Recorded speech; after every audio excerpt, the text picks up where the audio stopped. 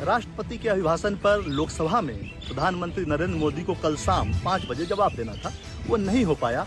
उसके पीछे की वजह हंगामा बताया गया। लेकिन आज लोकसभा स्पीकर ओम बिरला ने खुद अपने आसन पर बैठकर कहा कि उन्हें कहीं से इनपुट थे, पूरे इनपुट्स थे कि प्रधानमंत्री अगर सदन में आए तो विपक्ष के सांसद उनके साथ कुछ अप्रत्याशित घटना कर सकते थे। यानी पीएम के चेयर के पास विपक्ष के सांसद पहुंचते, नोक-झोंक, हाथापाई कुछ भी हो सकता था, कुछ अप्रत्याशित हो सकता था, ऐसा लोकसभा स्पीकर ने कहा।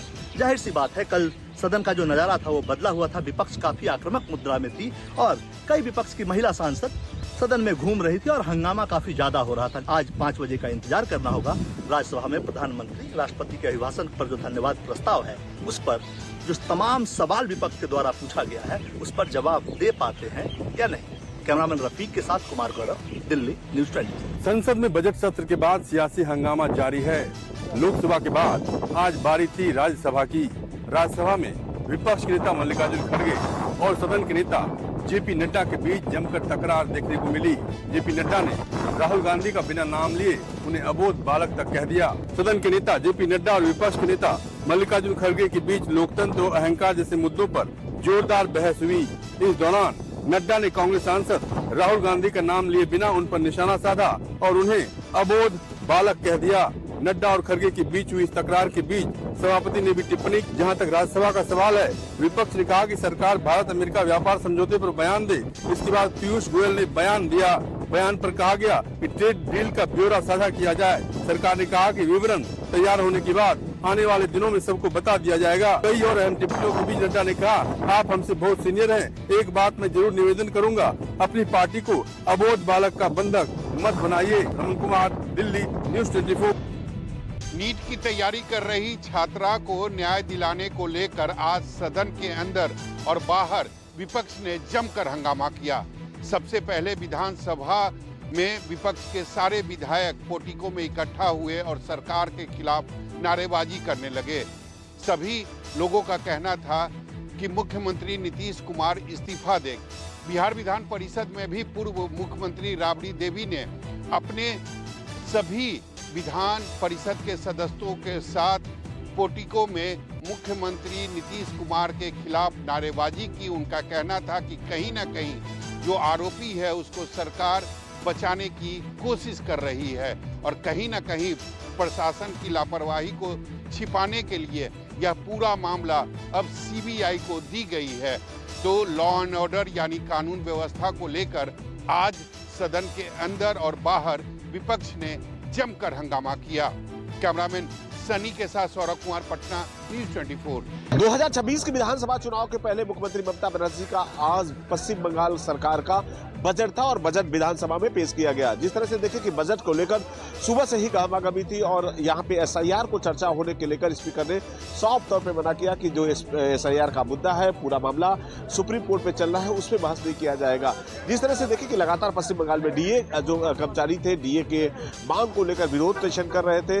वहीं पे जिस तरह से आज मामला पूरा सुप्रीम कोर्ट में था, सुप्रीम कोर्ट ने भी डीए को राज्य सरकार के लिए 25% देने का कहा है और जो 75% है उसे कमेटी गठित करके उसे भी देने का कहा गया है। लेकिन सभी लोगों की निगाहें पश्चिम बंगाल के आज विधानसभा पे थी और विधानसभा में देखिए डीए को भी 4% बढ़ाया गया है। वहीं पे जो आशा कर्मचारी थी, जो लगातार पश्चिम बंगाल में विरोध प्रदर्शन कर रही थी, स्वास्थ्य भवन का घेराव कर रही थी, आशा कर्मचारियों का भी 1000 रुपए का उनका जो महीने का है उसमें इजाफा किया गया है। इस बार लक्की भंडार को 500 रुपए बढ़ा दिया गया है और इसको लेकर अब मुख्यमंत्री ममता बनर्जी एक बार फिर से महिलाओं के बीच में पॉपुलर होने जा रही है।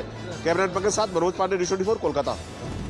नीट छात्रा मामले को लेकर विधानसभा में जहां एक तरफ ये हर दिन विपक्ष हंगामा कर रहा है, वहीं दूसरी तरफ इस घटना से सीख लेते हुए अब सरकार ने पटना ही नहीं पूरे बिहार में चलने वाली गर्ल्स हॉस्टलों को लेकर एक एसओपी जारी किया है। यह पहली बार हुआ है कि जब गर्ल्स हॉस्टल को लेकर सीआईडी की रिपोर्ट के बाद सरकार ने एसओपी जारी की है और सभी भी गर्ल्स हॉस्टल को अब निबंधन करवाना आवश्यक है और साथ ही इस एसओपी का पालन करना भी आवश्यक होगा।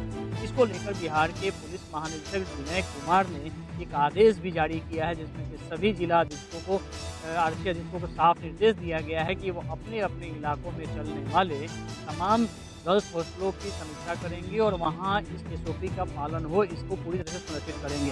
डीजीपी ने यह भी कहा है कि इस पूरे मामले को लेकर हॉस्टल संचालकों के खिलाफ भी कार्रवाई की जाएगी, जिन्होंने पुलिस को गुमराह किया और जिन्होंने पुलिस को सही समय पर सूचना नहीं दी थी। कैमरामैन सनी के साथ अमिताभ भूषण, न्यूज़ 24। महाराष्ट्र राज्य के उप मुख्यमंत्री तथा वित्त मंत्री अजित पवार का पिछले दिनों विमान हादसे में निधन हो गया।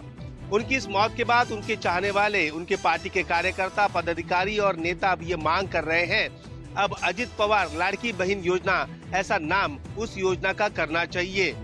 दरअसल पिछले विधानसभा चुनाव में महायुति सरकार को बम्पर जीत इस लाडली बहन योजना ने दिलाई थी। इसके बाद अजित पवार के हाथों में फिर से वित्त मंत्रालय आने के बाद लगातार बहनों के अकाउंट्स में इस योजना की राशि जो दी जा रही है। कार्यकर्ताओं का कहना है कि अजित पवार ने कभी भी इस योजना का पैसा नहीं रोका, इसलिए अजित पवार को श्रद्धांजलि के तौर पर इस योजना का नाम अजित पवार लाड़की बहन योजना करना चाहिए। इस बारे में जब महाराष्ट्र के मुख्यमंत्री देवेंद्र फडणवीस से बात की तो देवेंद्र फडणवीस का कहना है कि इस बारे में सरकार विचार जरूर करेगी। कैमरामैन दिलीप अवेरे के साथ विनोद जगदाले, न्यूज़ 24, मुंबई। पुणे में 40 एकड़ जमीन के घोटाले के मामले में उप मुख्यमंत्री सुनेत्रा पवार के बेटे पार्थ पवार को बड़ी राहत मिली है।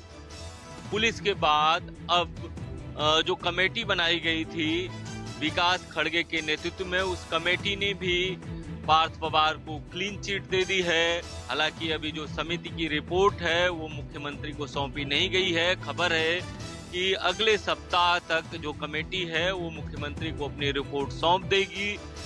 इसके पहले की बात करें तो जो पुणे ईओडब्ल्यू इस केस की जांच कर रहा था, इस केस में पाया गया है कि जो ब्रोकर तेजवानी है उसको ये पता था कि सरकारी जमीन है, इसके बावजूद उसने इस जमीन की डील कराई और इसमें पार्थ पवार को जानकारी नहीं थी। चार्जशीट जो दाखिल की है ईओडब्ल्यू उसमें भी पार्थ पवार का कहीं नाम नहीं है, तो पार्थ पवार को इस मामले में बड़ी राहत मिली है। इससे पहले जब इस लैंड स्कैम का मामला आया था तब विपक्षी पार्टियों ने जो पूर्व स्वर्गीय उप मुख्यमंत्री अजित पवार हैं उन पर काफी हमला बोला था। उन्होंने कहा था कि इस बात की उनको जानकारी नहीं है, लेकिन अब एक बड़ी राहत पूरे पवार परिवार को मिली है और पार्थ पवार को अब इस मामले में क्लीन चिट मिल गई है। और चूंकि पुलिस के बाद अब इस मामले में जो कमेटी बनाई गई थी उससे क्लीन चिट मिली है, तो कहीं न कहीं इस मामले में पार्थ पवार के लिए बड़ी राहत है।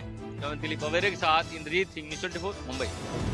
ऑपरेशन सिंदूर के बाद भारतीय थल सेना अपनी ताकत को परखने के लिए असम के मिसामारी में किर्गिस्तान की थल सेना के साथ एक बड़ा युद्धाभ्यास कर रही है। जी हाँ, आपको बता दें कि भारत और किर्गिस्तान के बीच संयुक्त सैन्य अभ्यास खंजर का 13वां संस्करण शुरू हो गया है और यह 17 फरवरी तक चलेगा। यह अभ्यास शहरी युद्ध और आतंकवाद विरोधी अभियानों के विशेष बलों की अंतर संचालिता को बढ़ाएगा।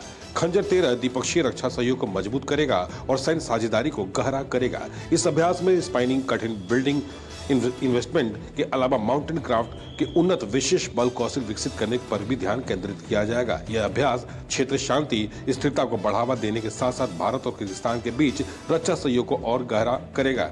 यह अभ्यास न केवल सैन्य दक्षता बढ़ाएगा बल्कि दोनों देशों के बीच सांस्कृतिक संबंधों को भी मजबूत करेगा। यह अभ्यास का पिछला संस्करण किर्गिस्तान में आयोजित किया गया था। आपको बता दें कि युद्ध की बदलती नीति और रणनीति का भी इस पर इस्तेमाल किया जाएगा कि कैसे ड्रोन अटैक किया गया और कैसे एयर जो है अटैक किया जा रहा है और भविष्य के युद्ध के लिए क्या रणनीति होगी।